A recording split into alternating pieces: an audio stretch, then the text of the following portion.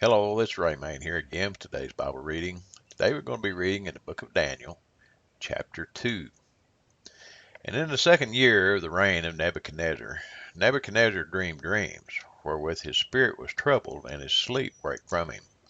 Then the king commanded to call the magicians, and the astrologers, and the sorcerers, and the Chaldeans, for to show the king his dreams. So they came and stood before the king. And the king said unto them, I have dreamed a dream, and my spirit was troubled to know the dream. Then spake the Chaldeans to the king in Syriac, O king, live forever. Tell thy servants the dream, and we will show the interpretation. The king answered and said to the Chaldeans, The thing is gone from me. If you will not make known unto me the dream with the interpretation thereof, you shall be cut in pieces, and your houses shall be made a dunghill. But if you show the dream and the interpretation thereof, you shall receive of me gifts and rewards and great honor. Therefore show me the dream and the interpretation thereof. They answered again and said, Let the king tell his servants the dream, and we'll show the interpretation of it. The king answered and said, I know for certainty that ye would gain the time, because you see the thing is gone from me. But if you will not make known unto me the dream, there is but one decree for you. For you prepared lying and corrupt words to speak before me, till the time be changed. Therefore tell me the dream, and I shall know that ye can show me the interpretation thereof. The Chaldeans answered before the king, and said, There is not a man upon the earth that can show the king's matter. Therefore there is no king, lord, nor ruler that asks such things at any magician or astrologer or Chaldean. And it is a rare thing that the king requireth, and there is none other that can show it before the king, except the gods, whose dwelling is not with flesh. For this cause the king was angry and very furious, and commanded to destroy all the wise men of Babylon. And the decree went forth that the wise men should be slain, and they sought Daniel and his fellows to be slain. Then Daniel answered with counsel and wisdom to Arioch, the captain of the king's guard, which was gone forth to slay the wise men of Babylon. He answered and said to Arioch the king's captain, Why is this decree so hasty from the king? Then Arioch made the thing known to Daniel. Then Daniel went in and desired of the king that he would give him time, and that he would show the king the interpretation. Then Daniel went to his house, and made the thing known to Hananiah, Mishael, and Azariah his companions, that they would desire mercies of the God of heaven concerning this secret, that Daniel and his fellows should not perish with the rest of the wise men of Babylon. Then was the secret revealed unto Daniel in a night vision. Then Daniel blessed the God of heaven.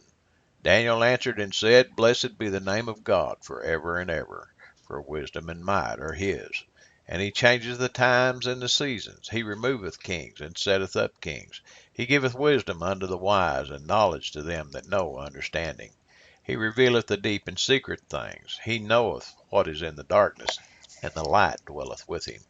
I thank thee and praise thee, O thou God of my fathers, who hast given me wisdom and might, and hast made known unto me now what we desired of thee, for thou hast now made known unto us the king's matter.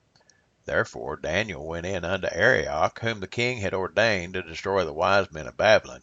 He went and said thus unto him, Destroy not the wise men of Babylon. Bring me in before the king, and I will show unto the king the interpretation.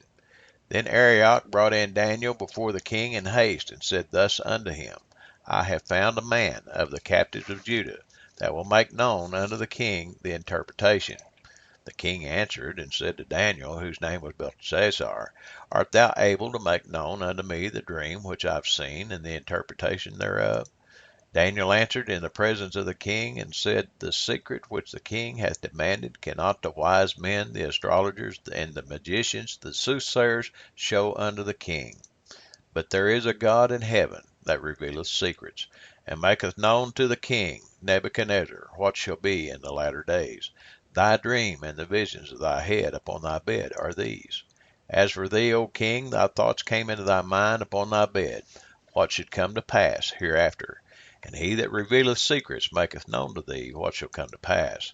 But as for me, this secret is not revealed to me for any wisdom that I have more than any living, but for their sakes that shall make known the interpretation to the king, and that thou mightest know the thoughts of thy heart. Thou, O king, sawest, and behold, a great image. this great image, whose brightness was excellent, stood before thee, and the form thereof was terrible.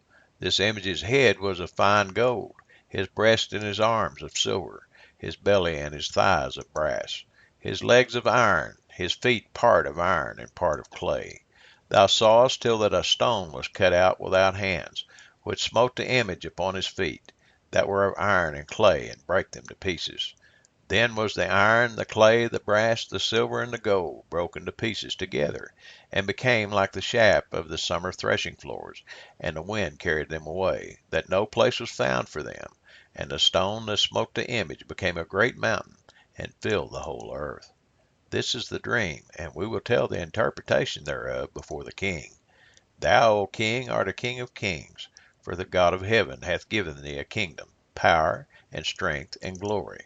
And wheresoever the children of men dwell, the beasts of the field, and the fowls of the heaven, hath he given into thine hand, and hath made thee ruler over them all. Thou art this head of gold. And after thee shall arise another kingdom inferior to thee, and another third kingdom of brass, which shall bear rule over all the earth. And the fourth kingdom shall be strong as iron. For as much as iron breaketh in pieces and subdueth all things, and as iron that breaketh all these, shall it break in pieces and bruise. And whereas thou sawest the feet and toes, part of clay and part of iron, the kingdom shall be divided, but there shall be in it of the strength of the iron, for as much as thou sawest the iron mixed with miry clay. And as the toes of the feet were part of iron and part of clay, so the kingdom shall be partly strong and partly broken. And whereas thou sawest iron mixed with miry clay, they shall mingle themselves with the seed of men, but they shall not cleave one to another, even as iron is not mixed with clay. And in the days of these kings shall the God of heaven set up a kingdom, which shall never be destroyed. And the kingdom shall not be left to other people, but it shall break in pieces and consume all these kingdoms, and it shall stand forever. For as much as thou sawest that the stone was cut out of the mountain without hands, and that it brake in pieces the iron, the brass, the clay, the silver, and the gold, the great God hath made known to the king what shall come to pass hereafter. And the dream is certain, and the interpretation thereof sure. Then the king Nebuchadnezzar fell upon his face, and worshipped Daniel, and commanded that they should offer an oblation and sweet odors unto him. The king answered unto Daniel, and said, Of a truth it is, that your God is a God of gods, and a Lord of kings, and a revealer of secrets, seeing thou couldst reveal this secret. Then the king made Daniel a great man, and gave him many great gifts, and made him ruler over the whole province of Babylon, and chief of the governors over all the wise men of Babylon. Then Daniel requested of the king, and he set Shadrach, Meshach, and Abednego over the affairs of the province of Babylon, but Daniel sat in the gate of the king. Well, that was a long chapter, but it's one of the primary visions and interpretations that have been studied by generations and generations and generations, argued over, fussed about, worried about, of men, wondering if they have anything to do with the end times.